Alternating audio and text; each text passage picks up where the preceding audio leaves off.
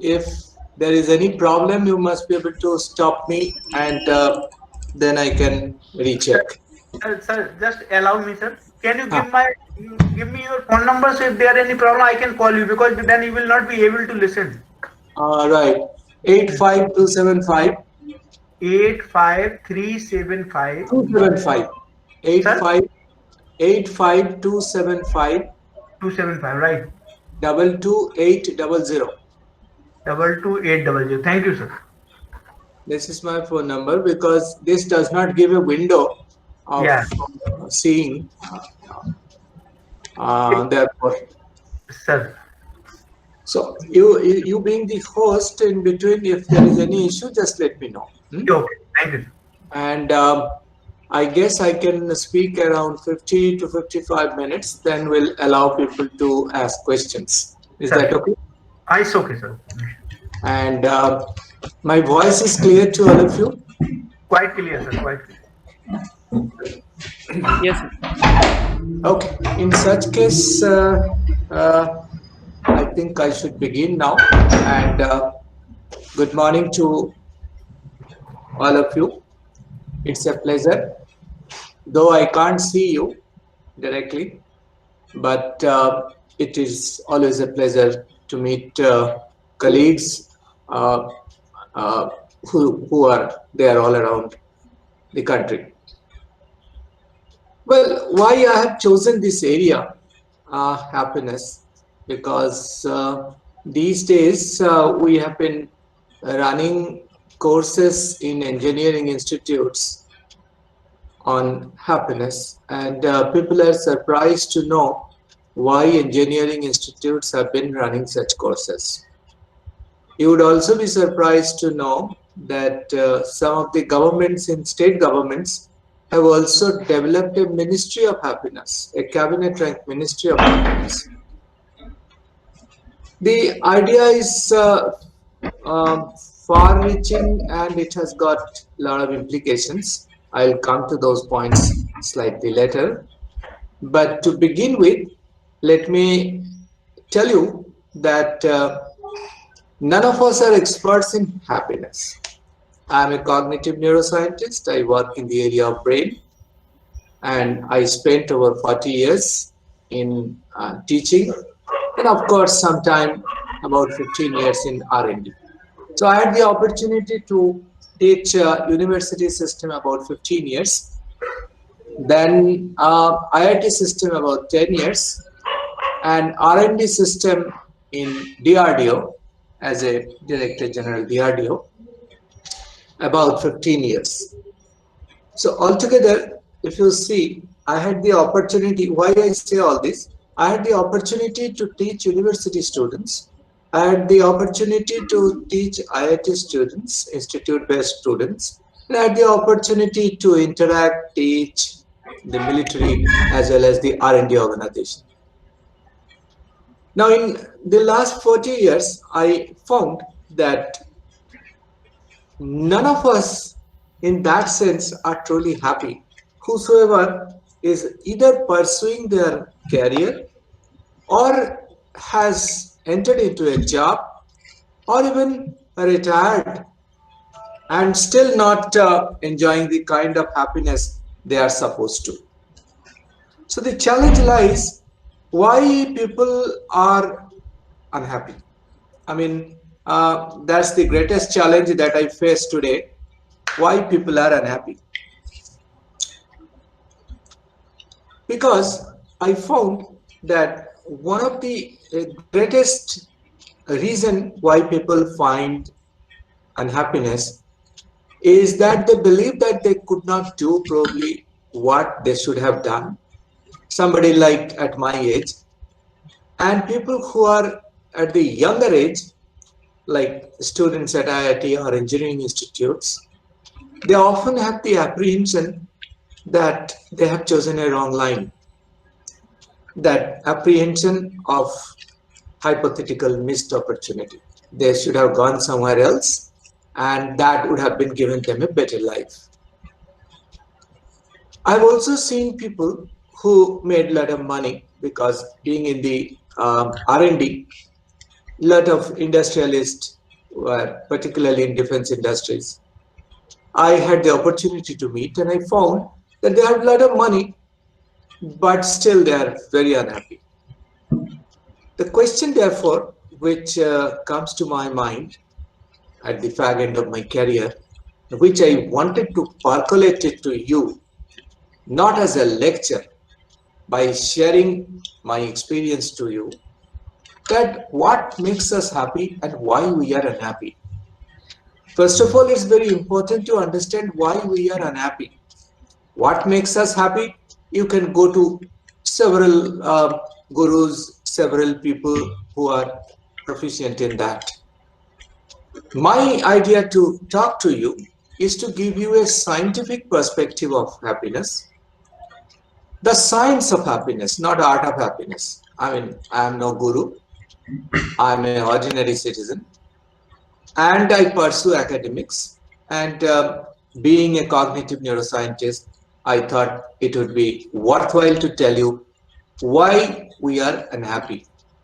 What are the misconceptions that we have? Honestly speaking, um, my life experience suggests that most of us are unhappy simply because of our misconceptions. That what should make us happy?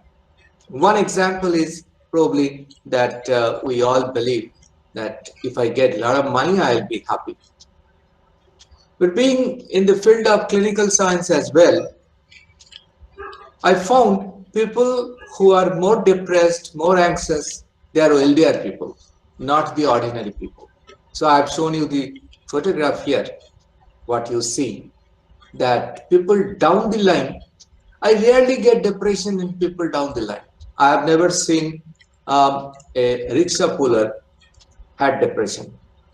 I rarely see anxiety in someone who has got, I mean, very little to eat. They're not aware that what happiness probably is all about, but they are not unhappy as well. So this area has given a lot of attention to economists.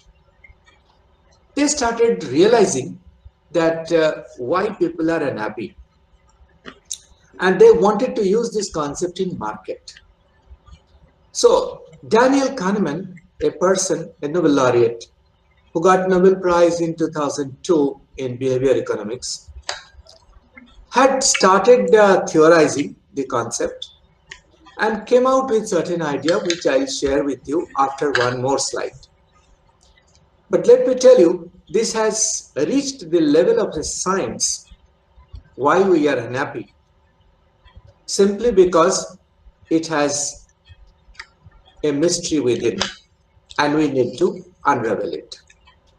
People who are in the medical science, clinical science, they are always bogged down with what makes us unhappy, why we are anxious, why we are depressed. None of them, 99.9% of them, do not try to understand that how our happiness can be derived.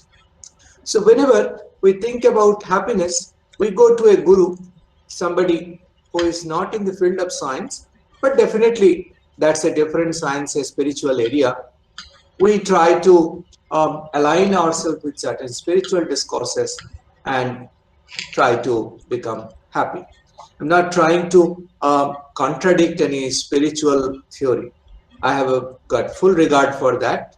But that's a different line of thought, that if I want to be happy, I want to a guru.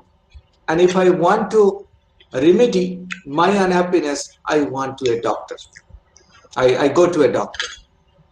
Today, I'll take up a sandwich approach where I'll not go for a spiritual or uh, a pure psychological concept of happiness or a philosophical concept of happiness. Neither I'll go for the clinical science. I'll try to posit myself telling you that why our misconceptions make us unhappy. And misconception generates belief. If you have a misconception, then it will generate belief. And if there is a belief, the bond becomes so strong that it starts changing the course of your body. Your biochemical reactions, your electrical potentialities within nervous system, they all change based on your belief system. So if I believe that everybody is bad in this world, I am damaging one of my organ in the process, that I cannot target someone unhappy or someone who is against me and hit him or her. In the process, I sustain this belief that everybody is very bad, therefore no point in trying to create happiness for others. If I believe no, everybody is good, then I actually change my bodily system totally, including at the molecular level, and then find my body in an altogether different plane. And spiritual gurus always try to achieve that. So if you are really interested in the science behind our belief system and how negative and positive belief make us happy or create some kind of bodily burden for us, you can read the book The Biology of Belief by Bruce Lipton. He's a molecular neurologist, biologist. He actually created this book, which is one of the best sellers in the world, telling why our belief system change our bodily system. Well, that apart, with this much of introduction, I am interested in telling you, as I said, with certain questions and certain basic misconceptions. The point is, the basic question that I would like to put forward, because this is not a lecture, this is more of sharing experiences with you. I put forward certain questions before you. One such question is, what makes us happy? Can we pinpoint that if I get this, then this will give me happiness? If I ask my son, he will say that if I get this much, then probably I'll be happy. Some people say, if I get this job, then I'll be happy. Some students say that if I crack IIT, I'll be happy. But I don't find anybody happy, even in IIT. So what makes us happy? The second question is, can money buy happiness? If I have got a lot of money, then is it really possible to buy happiness? The third thing is happiness a state of mind? That it is purely in the mind level? Does it alter our biology? Or it has a biological particle in the brain? I mean, is happiness linked to our gene? Is happiness linked to our brain? Is happiness linked to our culture? Is happiness linked to our relationship? Or is happiness just a state of my mind? And finally, does science explain happiness? That's the most important thing. And we run a full course in IIT Kharagpur on science of happiness. I mean, that I'll talk to you at the last slide. That's not the idea what we teach. What I'm trying to tell you, that these points are important for all of us who are pursuing our career and are looking for life. Many of us actually confuse the relationship between career and life, because we rarely realize that career is within life, life is not within career. So the interest in happiness have started coming up in 2011, when UN General Assembly decided that a country's GDP cannot be a living index, the ease of living index, or the well-being index for a country. GDP is just one such marker. And UN General Assembly then entrusted this job to an organization, world organization called Gallup, that you survey all the countries, 156 countries who are signatory to UN, and tell us who stands where. We know as per GDP who stands where. But in terms of the people's happiness, whether they are happy within that or not, is something we need to understand. So the report published in 2012, report published in 2014, 2017, 2018, 2019. And we find ourselves that we rank 140 out of 156 countries. Barely South Sudan and South Central African Republic and Afghanistan, they are only lagging behind us. But the question is that we are a unhappy lot. That's what is being told. Even Pakistan has a rank of 67. China has a rank of 93. Sri Lanka has a rank of 130. Bangladesh has a rank of 125, much better than us. And I have given you a list of this. I mean, US is 19, Germany is 17, UK is 15, Finland comes number one, Denmark 2, Norway 3rd, Iceland 4, Netherlands 5, Switzerland 6. This is the way things are stacked up. In unhappy lot, as I said, African countries including Rwanda, Swaziland, they have come as a unhappy lot. It tells somehow that money probably is important because African nations are underdeveloped nations, and mostly they are found to be unhappy. And European countries are having a lot of money, and they are probably better happy, more happy. But is it so? The money itself creates happiness for all of us. So even General Assembly discusses all these things, and we also discuss from time to time that what makes us unhappy.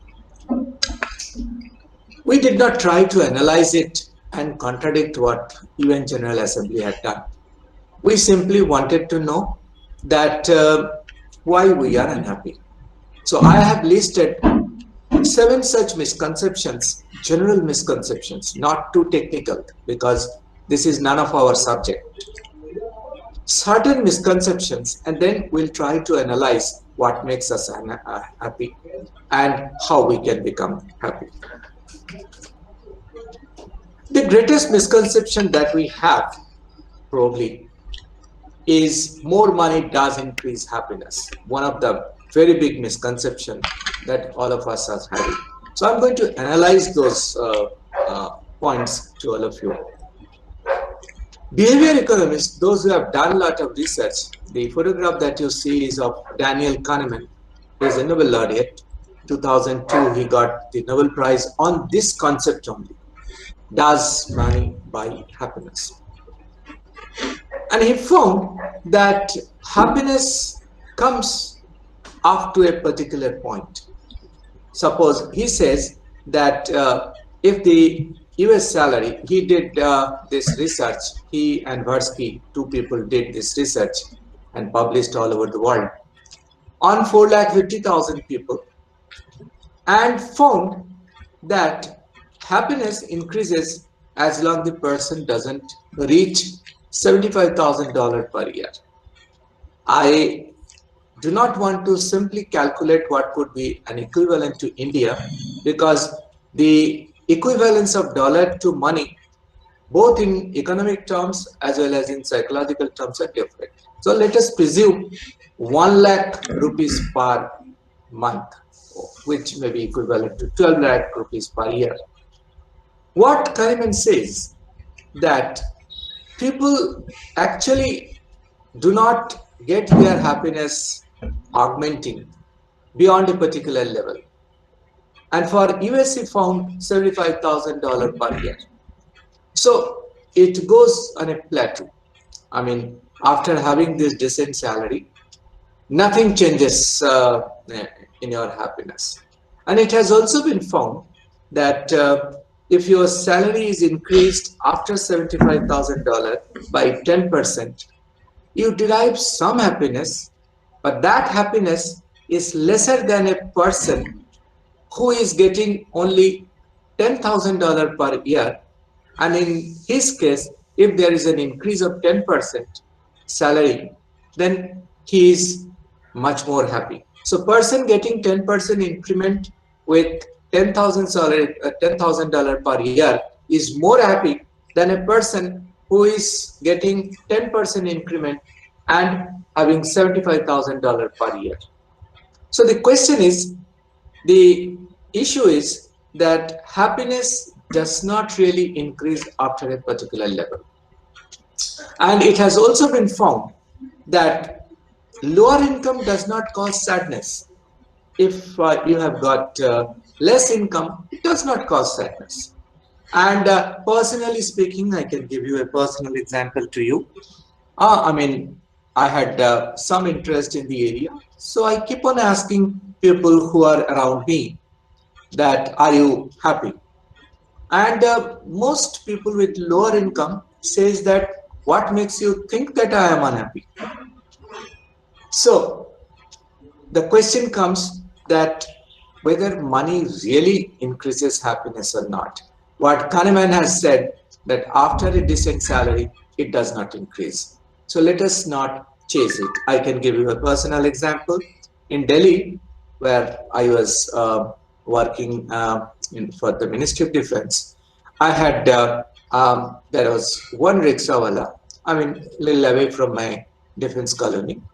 Every day I used to meet him and he used to salute me, telling that because he used to see the red light in my car and military around, so he used to salute me. One day, on a holiday, I was not in office. I was actually walking, taking an evening walk, and I found the rickshawala is not pulling rickshaw and he's walking side by side with me. So I asked him this question, क्यों आज rickshaw नहीं चला रहे हो? तो he says that बाबूजी आज तो हमने 600 रुपया कमा लिया. तो हमने कहा क्या फर्क पड़ता है, why not you go there and earn some more money so that you are safe for tomorrow? His reply was that वो तो आपकी चिंता है, मैं ये सब नहीं सोचता, मेरे को पता है कल मैं 600 रुपया कमा लूंगा. तो he is a rickshaw puller, he earns only 600 rupees a day, and I earn 20 times more than him every day. Question is, my unhappiness was far greater than his unhappiness. So the point is, lower income does not cause sadness. This has to be kept in mind. The second misconception that we have is about happiness comes from receiving gifts. If somebody gives me gift, then I'll be happy. Any gift, I mean to say gift means just not a material gift. Gift of any kind, maybe in terms of a service, maybe in terms of some job, maybe in terms of some kind of benefits. So we believe that if I get something, then probably I'll be happy. Now, first let me explain, then I'll come back to the error, the bias that we have in that way. It has been found, this study was also done in 136 countries. And remember, the study has been reported in Science. They found ultimately the real happiness comes when someone purchases a gift rather than when somebody receives a gift. And this study has been widely published, and we have a false notion that मेरे को अगर कोई चीज मिल जाए वैसे ही, then I'll be very happy. That is not the case actually. There is a bias, and this is also part of economic theory, mental accounting bias. Mental accounting bias suggests that if you get a gift, you don't value it the way you purchase it. So as long you don't purchase that gift and feel that you can create happiness for others, the happiness doesn't come. So happiness doesn't come just by receiving gifts. If I can reciprocate, or even if I don't reciprocate, if I can just give some gift to someone, it can actually create much more happiness. So it has been asked, the question has been asked to many philanthropists, including, Gates and Bill Gates, including our Facebook, founder, including our Indian Tata Group, including, all the people, even Mukesh Ambani. This question has been asked. And they said that the motive behind giving money to someone, to a better cause, a bigger cause, has got two-way benefit. One benefit is personal, one benefit is impersonal. The benefit personal is that, well, if you can give gift, then do some philanthropy, then you derive happiness for your company because you create a brand for it. People actually acknowledge it. And the impersonal happiness they get after giving it, they derive a huge sense of satisfaction that you have given something, and they tend to forget about it. जैसे हम भी अगर किसी को दान देते हैं, दान, हिंदुस्तान में हम दान का कॉन्सेप्ट कहते हैं, दान किसी को जब देते हैं तो, और आप रिटर्न एक्सपेक्ट नहीं करते हो, if you do not expect a return after giving that, you forget it, but you derive a satisfaction or happiness, the kind of happiness which we call eternal happiness. And this eternal happiness, what we say, has got a neural link. So when functional MRI of the brain is done, that is, when the brain images are taken, I'm not very sure whether you are familiar with functional MRI or not, that anytime you think, anytime you feel, if you are inside a magnet, that is generally a 3.5 Tesla magnet, and if I understand how the oxygen in your brain gets depleted during a mental process and how it is compensated for, and then we actually capture that image through a computer by analyzing magnetized and demagnetized blood. Demagnetized blood where there is no oxygen, magnetized blood where there is oxygen. We understand which area of the brain gets activated when you actually undergo a mental process. It has been found that generosity and happiness has got a definite network in the brain. The reciprocity and happiness has got actually a different network. So generosity and reciprocity. Generosity means you give it to someone and derive happiness. And other is reciprocity. You give it to someone in order to get something back. Is reciprocity. So generosity and reciprocity has been found to have a clear vertical biological link. And that link has now been established. The study has also been reported in Nature. The question, therefore, that happiness has got a scientific basis and it has different roots and it has got different antecedents. The third concept that we have, freedom, misconception that we have, is that freedom of choice enhances happiness. कि आपके पास सुविधाएं बहुत हो, alternatives बहुत है, तो आप happy हो जाओगे. Suppose you are all assistant or associate professors, or maybe professors some as well. And if you think that life में आपके पास opportunities बहुत हैं, then you will be happy. Actually, it's the other way around. If you have got freedom of choice, it creates different kind of problem. I'll narrate it to you. It's better to have some choice than no choice, of course. If you have no choice, then of course you run the risk of having depression or anxiety. But if you have choice and too many choices, that will reduce your happiness. So just imagine if you are an assistant professor somewhere, or if you are a student in an engineering institute, to a very good job, and if you have got 10 different opportunities, will you really be happy? The answer is that no. The answer is that whenever you have got too many choices, there is a burden on your cognitive system, on the brain. That is, if your brain is hard pressed with too many alternatives, then it will cripple your decision making. One of the most important things that brings happiness for us is decision making. And in younger age, we find it difficult to decide. A lot of people say that probably those who are old people, they are better decision maker. No, older people only knows that they have to take a decision and will not just hover around different alternatives.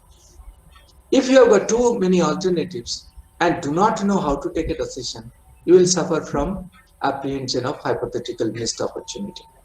That is, after getting an opportunity, after entering into a system, you will keep on thinking that probably the other opportunity would have been better for me.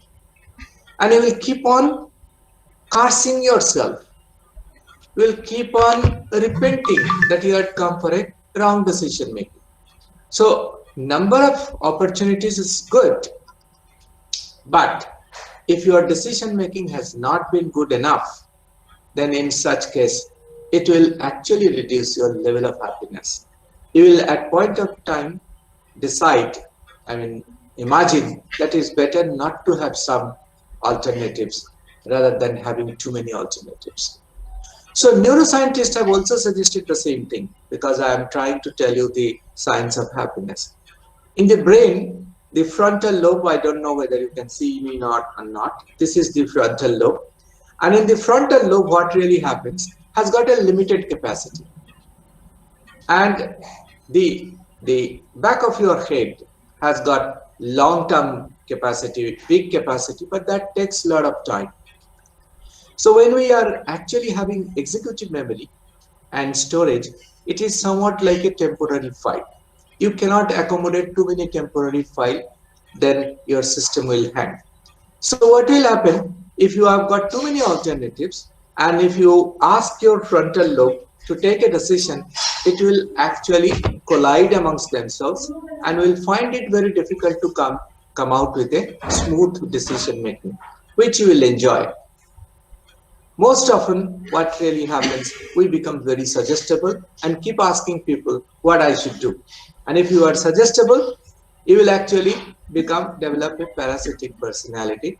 You will not go by your own choices. And if you actually take on others' choices, at some point of time, you are going to repent about it.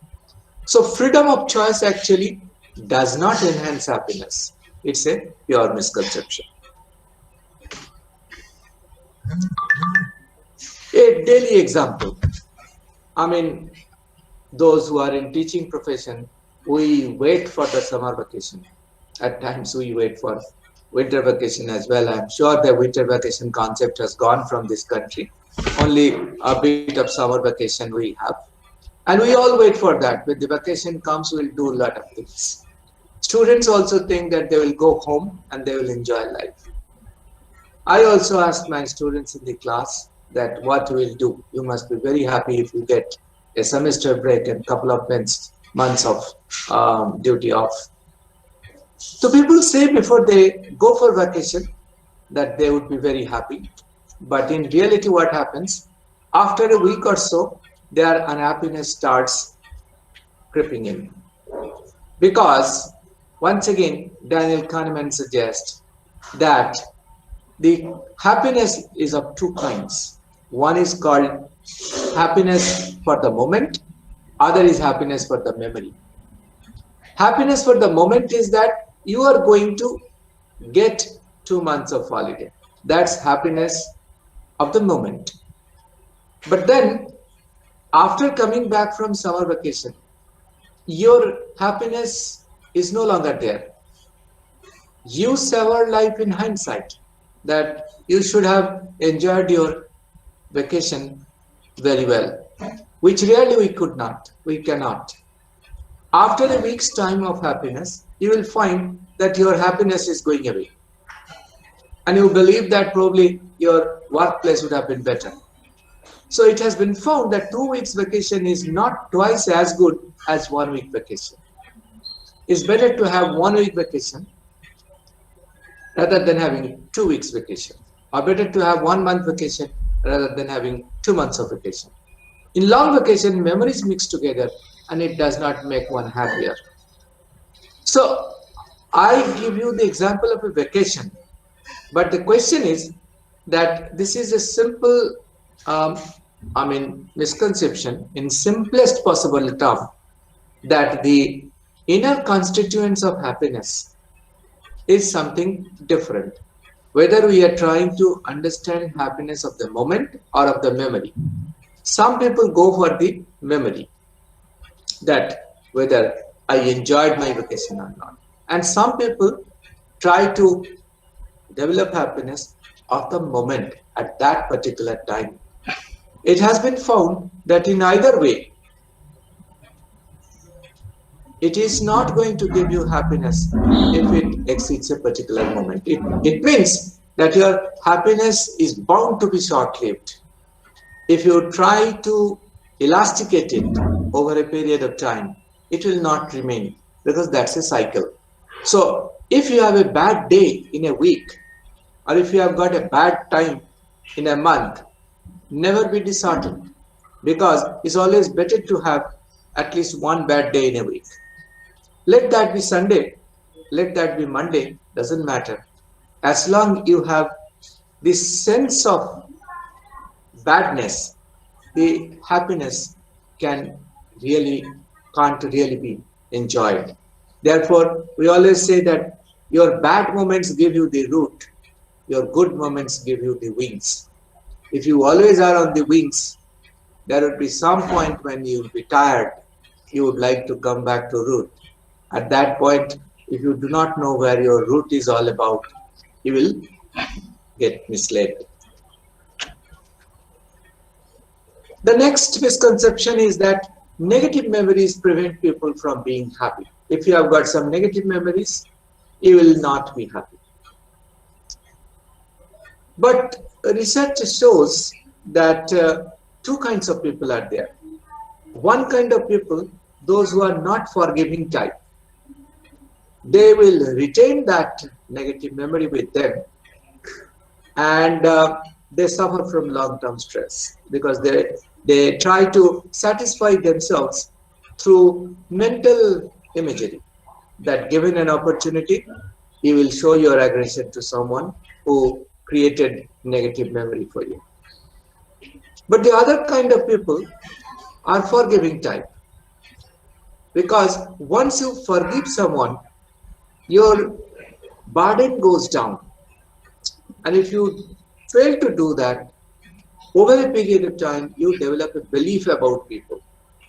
And that belief system, if it is a negative belief, as I told you earlier, Bruce Lipton has already shown in his molecular biology research that if you are negatively tuned, the neurohormones that you get ultimately damages some of the organs which are very vital to your going on. So study shows that forgiving people have got more physical fitness and better quality of life. So you forgive. You go to any spiritual guru, they will only say forgive. And forgiveness is a great capacity everybody doesn't have. Actually, you become angry on someone because of negative memory only to damage your own organ. Now, I don't say that anger is not good. Anger is also an instinct, which is a survival emotion. It helps you survive. Fight and flight both helps you survive. But if it is more than your survival requirement or need, then in such case, it's better to forgive people because that has got great unburdening effect.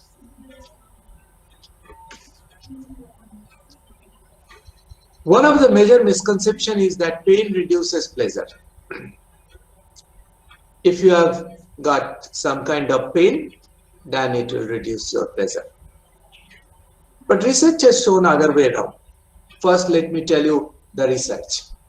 The area that you see, ACC, anterior cingulate gyrus.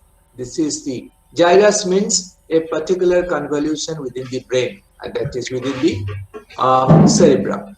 And this is a MRI image, and this is a functional MRI image. I told you that whenever you have got a particular memory or a particular pain or a particular pleasure, certain areas of the brain gets lights up. And this is one area, whenever you have got pain or pleasure, it gets light up. Now, the most important part is that for pain and pleasure, the same area, brain area gets light up. That means the pain and pleasure center is the same in the brain, and that's one of the reason. Um, I mean, we always try to avoid pain and accept pleasure. But actuality, in biologically, it has been found that they have different networks, but the location or the locus in the brain is the same. Actually, relief from pain boosts pleasure. It's a qualitatively different experience, but it has got the same site in the brain. Now, I can give you an example that the pain and pleasure depends more on your belief system. Once again, I'll go back to the belief system. The studies have been done in medical science. A lot of studies have been done on medical science. That suppose if you have got a very bad headache, you are getting bad pain in the brain, and you are given a medicine. And if you are in a scanner, that is a magnet of MRI through functional imaging, you will find that certain neurochemicals are being released. Now, suppose if your closest friend is getting headache and the chemical is being released from the brain, and at the same time, if a scanner also tries to understand what is happening to your friend's brain who is not having headache, it's found that he or she is actually releasing the same hormone what the person with headache is going on. And the studies have been verified in a double blind theory, and the double blind theory suggests that if you are given a real medicine, a particular neurochemical from the brain is released, and if you are given a fake medicine but with a strong belief that this is a pain reliever, you can reduce the same brain neurotransmitter from the brain. It means a fake medicine and a real medicine has got somehow similar effect. Now, medical scientists will always kill me that they will say that it means that pain reliever has got no impact on brain. Yes, it does. What I'm trying to tell you that if there is a placebo effect, the placebo effect suggests that strong belief gives you happiness. If you believe that your pain would be reduced, then your happiness will come out. If you believe that the pain reliever medicine will not give you relief, even after giving the pain reliever medicine, you don't get it. This is called nocebo effect. So in medical science, a lot of such researches are being done. They have started also believing that your belief and your ability to derive pleasure has got lot of things to do in order to optimize the real utility of the medicine. So the pain reduces pleasure is a misconception. Actually, relief from pain boosts your pleasure. Pain actually, if there is no pain, there is no social bond. That's why between couples there is a love and hate relationship. The love and hate are actually complementary to each other. If both people love each other, there would be a component of hate as well. That's why people often say hate is basically a surrogate love, a complementary love. Pain also captures your attention. If there is no pain, you will not be able to attend, and it helps you recognize the pleasure as well. But pain is inevitable. Suffering is optional. You may get pain, but whether you are suffering or not, that's optional. So you can accept pain in order to derive pleasure, provided you do not have a sense of suffering. Getting my dream job will make me happy is another great misconception, that you will get a dream job and then you will be happy.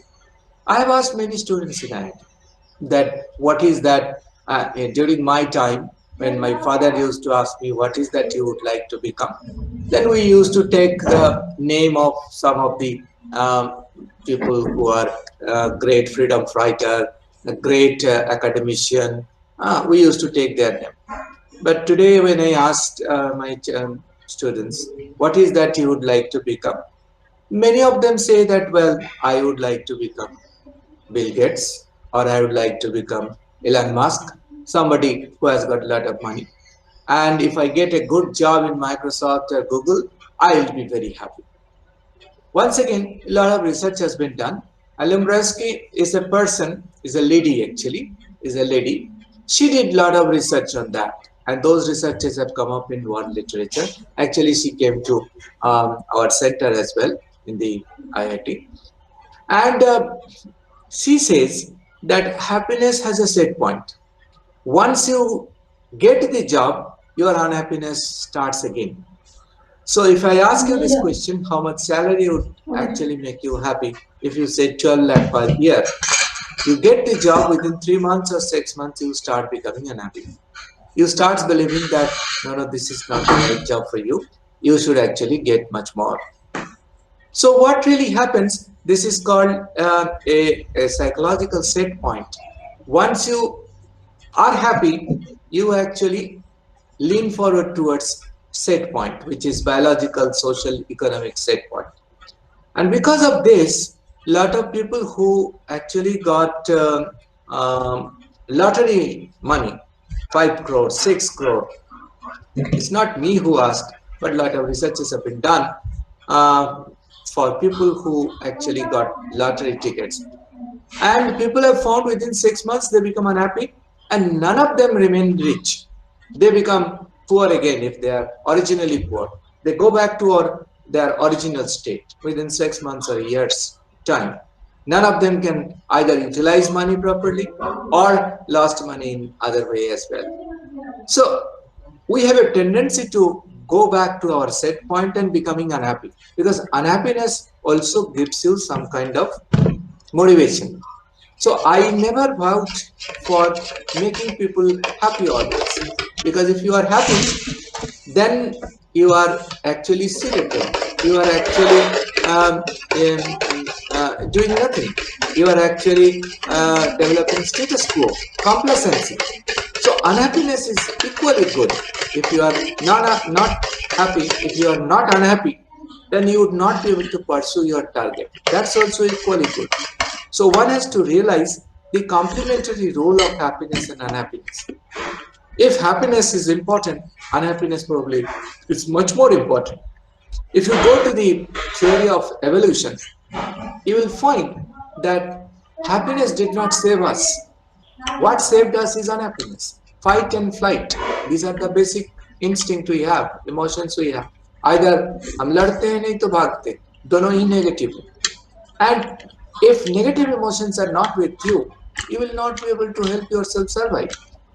So negative thoughts are good. You should only realize that if I got my dream job, I'll go back to my earlier state. My excitement will go back. My novelty will go back. Therefore, I'll be unhappy once again. So you must be mentally prepared. This preparedness is called a set point. It can be a biological set point, it can be a psychological set point, it can be a social set point, it can be a cultural set point.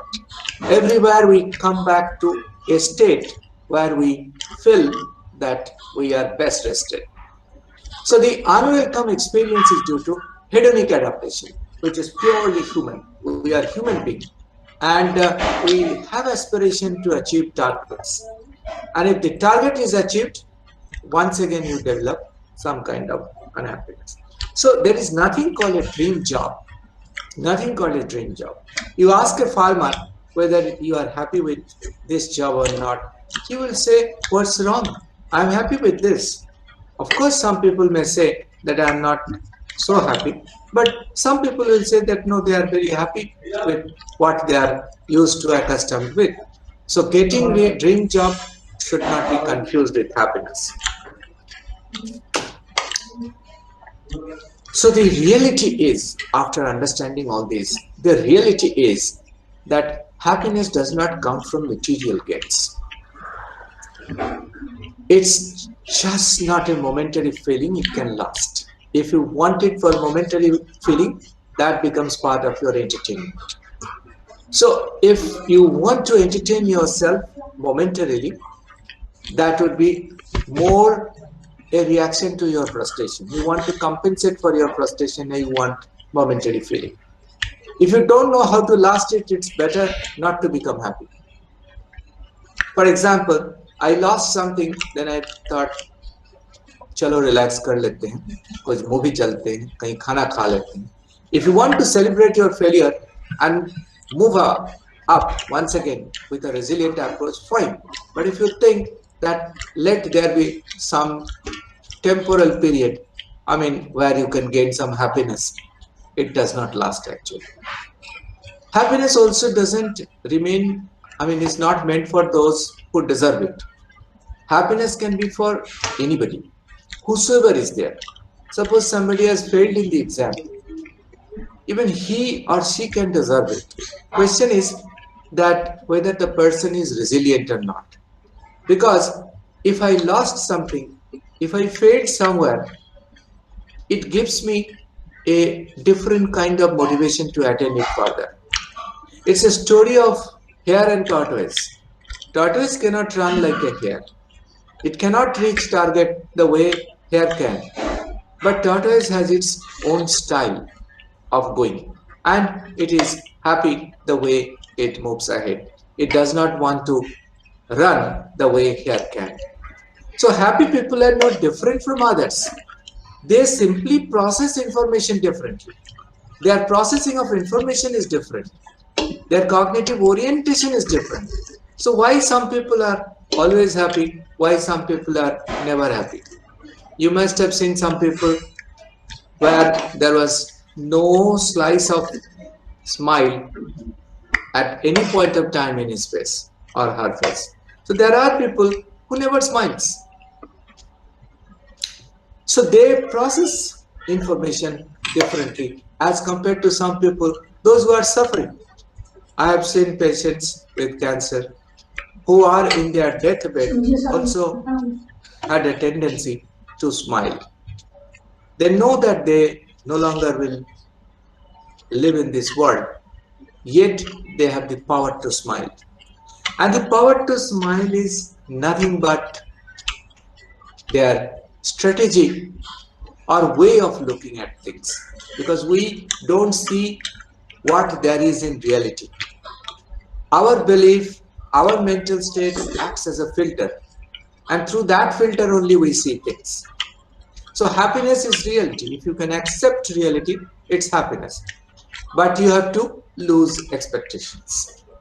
I mean, minus expectation, reality is happiness. You see the world, you see the nature, you see the people, you see whatever you have gotten in this life.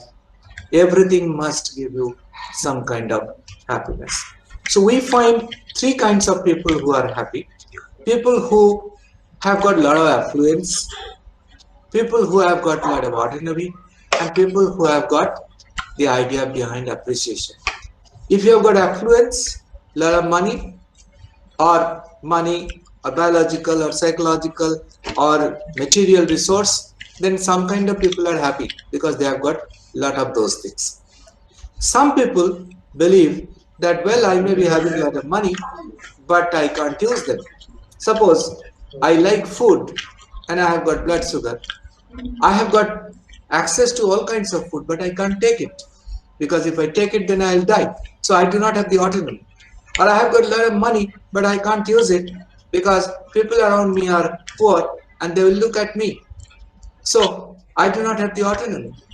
तो आप गांव में जाओगे तो देखो कि सब लोग जो करते हैं आपको भी वही करना पड़ता है, सब लोग जो पहनते हैं आपको भी वही पहनना पड़ता है, नहीं तो आप आइसोलेट हो जाओ. तो question is whether you would like affluence or you would like autonomy. Some people say मेरे को autonomy है. I gave you the example of that rickshaw wala.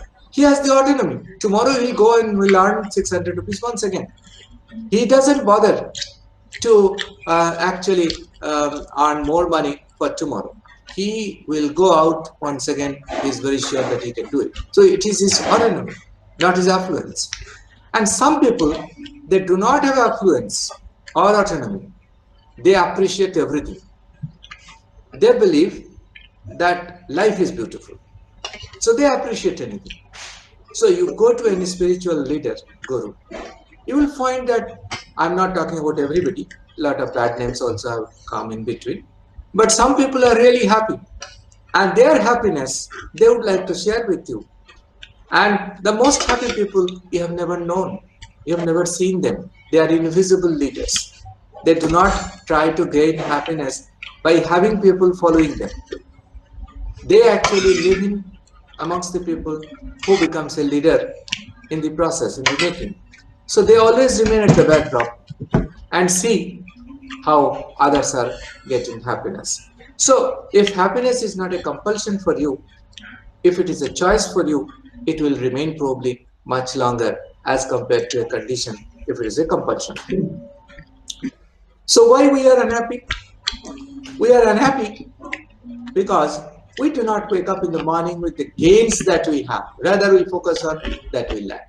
सुबह उठ के जो है आपको लगता है कि मेरे को क्या क्या नहीं मिला, तो आप एक ऑडिट कर लेते हैं.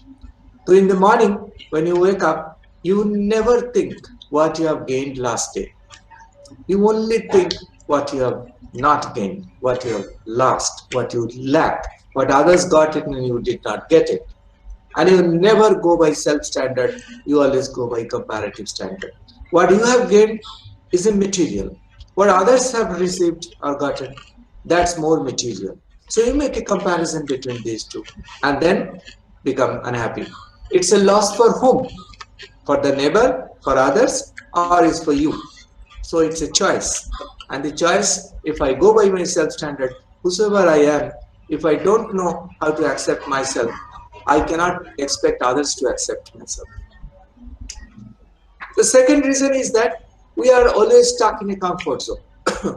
I mean, we want that we must be happy, so we must be relaxed, and we should not have any trouble around us. And that's a comfort zone. So when you are in a comfort zone, you will find that that's beautiful, but there is nothing which will grow. It's a very fertile land, but you will not be able to grow there, anything there. So as long you are in the comfort zone, you will never grow. So I always say to my students as well, the paper in which, the subject in which you get best of the marks is your comfort zone. Don't think that that's the area where you excel most or that's your interest area. That's your comfort zone and you would like to stick to that. But if you go beyond that comfort zone, other sciences, for example, I taught BHU, Banaras University, for about 16 years. And every day I used to go to one of the departments because we had 143 departments in that university, one of the highest in the world. 143 departments. One day, just beside my department, I found a department, I mean, after a couple of years of stay there, numismatic science, I mean, the coin technology. I had no idea that there could be a science in that. And after discovering how people do that, it gave me immense happiness. I knew that I would never be able to capture the essence of that science. But it gave me some kind of trust. So if you are in a comfort zone, if you believe that you are happy, I mean, you would like to remain happy, you would be in a comfort zone. Even at my age, who is 65, we believe that if I am in comfort zone, I'll die early. The third thing is that we live always in the past or future. Every day, we have around 60,000 thoughts every day. And 95% of those thoughts are repeats. Repeat thoughts. Same thought comes, back and back, time to time and again, every time. And you know, with every repetition, the brain requires certain glucose because there should be a neural fire and there would be a consumption of glucose in the brain. So every time you had the same thought, bar, you are actually losing a lot of brain power. So if there are 60,000 thoughts each day, actually we have got around 60 to 60,000 thoughts every day during the waking state, not in even the sleeping state in dreams. 95% of the thoughts are repeats. So we are losing energy by repetition. Either we live in past or we live in future. If you are living in past, you will only get depression because only negative memories come to you. Or if you are living in the future only, you will only get anxiety because you will have apprehensions always that kya hoega, kya. So either you live in the depression or you live in the anxiety, either in the past or in the future. So we suggest live today.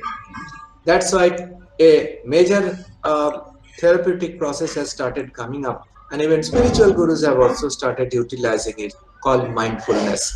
Mindfulness has got a very good clinical impact, and it is living today. So we are not mindful today. Anxious people live in future. Depressed people live in the past. That's the reason we are so unhappy. If we can get rid of this, definitely our happiness will be boundless.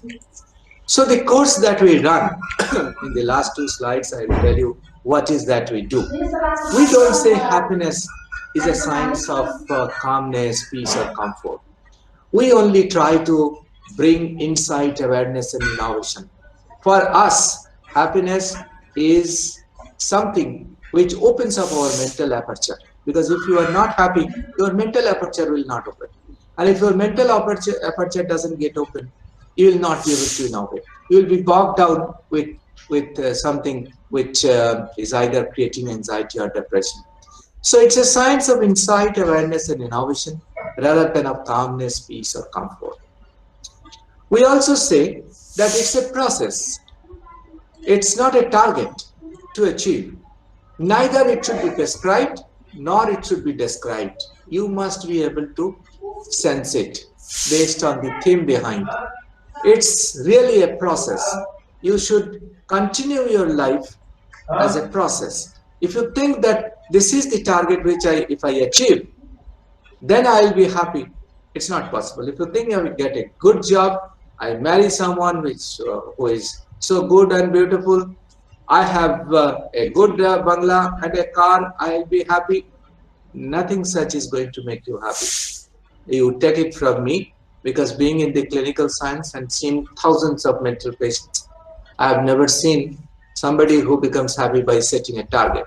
Either you fail to set a target, either you fail to achieve a target, or you never achieve it, or you set a target in such a manner that it is unachievable.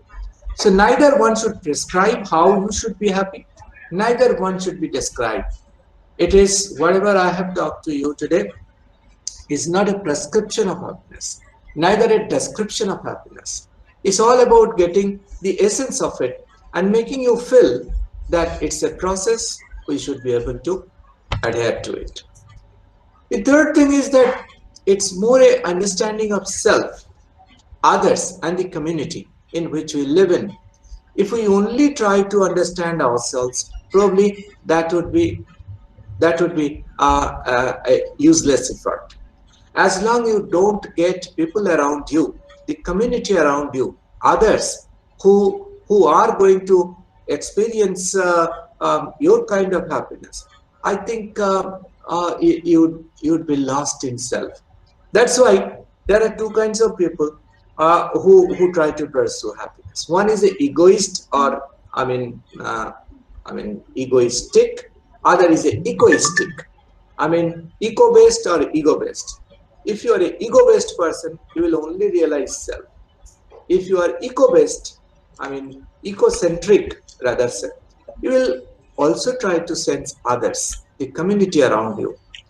And you will find that if others are happier than you, that will give you a better sense of happiness for yourself as well. But if you are happy, suppose you got a big award, but others didn't get it, people will appreciate you in momentary periods, but ultimately will see you from a different way. So it's a systematic knowledge to create happiness for others. I mean, we are not interested in percolating art of happiness. We actually try to say what can actually create happiness in a systematic manner. But the question is, why engineering students? I mean, why we are trying to make this to engineering students? Because it helps them learn the purpose of life. Because engineers, unlike doctors, doctors are someone who generally try to help us get rid of the pain, difficulties, deficiencies. Engineers, on the other hand, tells us how to enhance our happiness, how to bring mass happiness, how to create a new thing. So it's the and to create something new, a new design, a new instrument, a new set, you require innovation. And if your mental aperture is not open, you would not be able to innovate. If your mental aperture is very squeezed, it is going to trouble you as well. And we found that those who are happier students, they perform better. This is experimentally, empirically proven. And not only that, if you are a happy person, if your mental aperture is open, you help us raise question. The person who raise question actually are generally happy people. If you are an unhappy person, you will raise question for yourself. You will not raise question which is issue based. You will go by ego based questions. Why I didn't get it? Why others got it is a egoistic question. But if you are an egoistic question, how everybody can get it? What is the essence behind it is a different notion. So it assists us to deal with uncertainty, doubt, and skepticism. And without having scientific skepticism, it is difficult to grow because growth should never stop. If you stop growth and remain yourself, keep yourself in a comfort zone, you are actually getting uh, becoming complacent, and you would be wasting yourself in terms of energy. The science also helps us to adapt change introduced by new forms of technology. You see, technology changes every day. Human capability doesn't change every day. I mean, technology, suppose a mobile phone, every week the model of a mobile phone changes. New facilities are coming up in it. Do you think that each one of us are also having similar capacity to go with the technology? Then we would have all become engineers. That's not the case. Only few are engineers. Question is how to bridge the gap between the technology development and human skill development. In order to develop human skill aligned to technological development, you need to get a good mental aperture. You need to have a mindset. That's why if you ask an old person to have a choice that you learn the software and pay the bill, electricity bill for example, back home itself, they will not prefer, they would prefer to go miles away and pay the electric bill. Will say that, well, I'm more used to and accustomed to that, I'm happier by that. Why they are failing to adapt it? The reason being that the technology never makes us happy in that way. For some section of population it can, but not to every section.